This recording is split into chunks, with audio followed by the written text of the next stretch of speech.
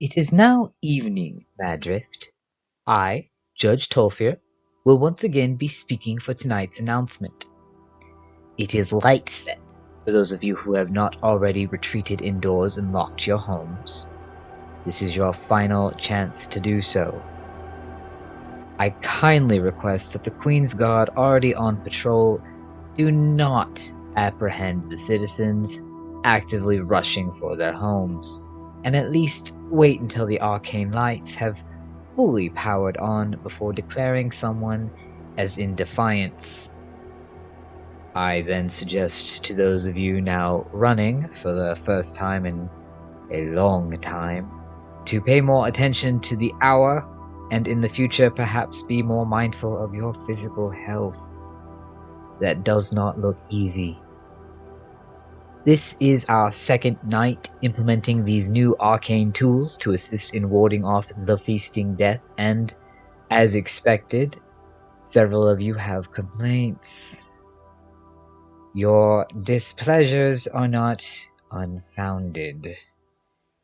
However, the reasons they are necessary are so obvious that I will only say them in the announcement and not bother to write them out on the Dove postings, as those of you making these complaints are unlikely to read it, even if I did.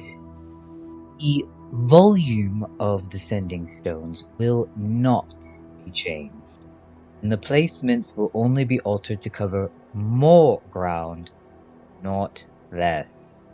Some of you have complained about the arcane lights shining through your windows where you once slept in comfortable darkness, but rather than complaining about these things meant to save our lives, one of you is surely skilled enough to make a new, lucrative business creating curtains thick enough to block out the light from your windows. Maddrift has always been resourceful. One of your comments left in the suggestion jar outside my home was to make the humming music louder so that you may fall asleep to that while the feasting death is distracted by my voice. Because I would have to leave the recording box with the Master Sending Stone in it, return to my own home after the nightly announcements begin, and even I do not have the right to wander after light set, I did not hear this humming music that you are referring to in your writing. The enchanters did mention there might be some interference given the scale of our project, and we are all well aware that these new implements will take time to adjust to. So there's currently nothing to be done about this humming music or its volume compared to the volume of my voice, or whoever is speaking during the evening. If there was something to be done about it, your suggestion is appreciated, but simply not feasible. If a voiceless music is loud enough for you to focus on rather than the nightly speaker, then it is also loud enough for the feasting death to focus on rather than the nightly speaker. I don't feel like I should have to spell it out so plainly how that defeats the entire purpose of this. Sound is also something that was complained about by one of the enchanters. You kindly suggested that I speak more clearly into the sending stone, and I have Extinction Keeper Lours as my witness. I speak at a fairly steady volume at the exact same distance from the sending stone throughout the entire nightly recording. If there is an issue with my voice coming through anywhere within the town, that is an issue with the stones, not with me. One of the final complaints that I had time to read before the evening announcements was from a couple of you that were unhappy with a previous comment I made. You felt targeted when I spoke about shambling drunks in the evening with their lanterns. If you are listening to these announcements and you are able to complain about what I say in them, then you are clearly not who I was mentioning the evening before. as that was meant as an example of the type of person the feasting death is not threatened by and has no issue coming to devour. Which does bring us to one of the new Dove postings about Via Shag's missing pet snake. In all unfortunate likeliness, it is deceased, but in the case that it is not and you find it, please take it directly to Via Shag and do not attempt to leave it at the Dove post outside my house. It'll simply get free and go missing again. Now then, those of us still awake in Maddrift should take this moment to be grateful for our Empress's aid sent to us this far south from Queenstown, and feel honored that we have been tasked with this vital duty of distracting the feasting death from the rest of the land. As the town judge, I want to extend my gratitude to all the Queen's Guard and Her Majesty's enchanters who have relocated here to aid us with these new implements. A request on my behalf has been sent by Extinction Keeper Lours to Citadel Acclimations, the largest book publisher of our land, for short stories. We ought to have a decent supply of things to read off during the announcement starting either next week or the one after. And that concludes the necessary announcements and the more noteworthy things stuffed into the suggestion jar. I'll take a moment now to read aloud the ones I did not get to before this evening's announcements were slated to begin. The sleeping draughts from Clay Draft should remain free for children. That is a lovely idea, but impractical. The owners of Clay Draft only have a limited supply from Queenstown of the sleeping draughts, and they will have to purchase the supplies and equipment to make these themselves in the near future. If they continue to give them out for free, even only to Maddrift's children, our town's main alchemists will run out of funding rather quickly. As I suggested with the window coverings, perhaps one of you clever and resourceful people can create a quality earmuff to help drown out the sound of the nightly announcements. Our aim here is to disturb and keep weary the feasting death.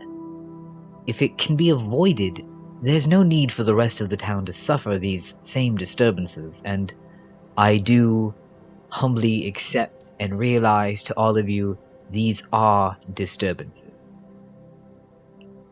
Moving on. Why do we have to... Oh, this is a long one. Let me see here. No, I suppose I will have to read it aloud, otherwise it'll be too quiet for too long. Why do we have to implement these new things? That thing rarely comes into town, and those who are out wandering at night to get dragged off by it get what they deserve. That's rather harsh, but I can understand your sentiment. It gets distracted enough by them at the outskirts, and that's the center of town, where these new lights and announcements are the loudest, be at peace. As it is now, we're the most your spelling, my goodness. As it is now, we're the most disturbed, and there's no proof these new arcane things will be of any help. The Queen's Guard are more of a threat to us than it is. Please be mindful of what you write in the suggestion jar. As you can tell, I may end up reading your aggravated thoughts aloud, and none of us want you, whoever you are, to end up on the wrong side of them. You are wise enough not to put your name on this paper, but perhaps in the future, don't put down such ideas at all. Continuing on with your writing. I think if we have to use the new arcane troubles at all, they should be placed at the outskirts so the rest of us further in town can have the nightly peace we're accustomed to and deserve after all our hard days of work. If you think the couple of free sleeping vials will be enough to keep us unconscious through the whole night of you talking, you wrote walking, talking and that buzzing feedback those stones have, you're not going to remain Maddrift's judge forever. Don't plan to be the judge forever, but your threat is heard loud and clear by me, the Queen's Guard, and everyone else still awake in Maddrift. As a first point of order, the judge has always been elected, and our Empress has shown no inclination for keeping me in this position nor striking me from it. if you take issue with what I've brought to the town of Maddrift, write it down when the next election is held, not in the nightly suggestion jar that I have created. Threatening me at this point does neither of us any good and simply takes up time. For your comments on the placements of the arcane lights and sending stones, it's very similar to the complaints that I addressed earlier. It makes more sense to begin at the center and work outward of Maddrift, driving the feasting death away, rather than allowing it to slip in anywhere there might be a gap between the stones and trapping it within where it would simply eat its way out. While these new arcane lights are strong, they can only imitate the daylight, not reproduce it.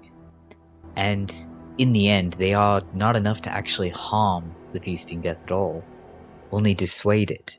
All of Maddrift should understand that these new protocols are meant as a form of dissuasion. We have yet to find any means of actually harming the feasting death. But Maddrift should have high hopes for these new implements. We ought to be proud to have this task appointed to us by our queen, and thankful that the Queen's Guard are here to keep us safe during the times that these new implements are not yet fully effective. In the past, we've simply had to peek out our windows and hope we didn't see the thing in the midst of a meal, or hope we did and that it didn't notice us when we safely retreated inside. I feel that these last few comments about our situation, and certainly that last note that I read, have created an effective moment to end tonight's announcement. The enchanters aren't capable of handling too long of an announcement anyways, while the sending stones are still being installed and connected, and I've said all that I believe Maddrift needs to hear for one evening. Have a wonderful evening, Maddrift. We will now stop the recording and replay it.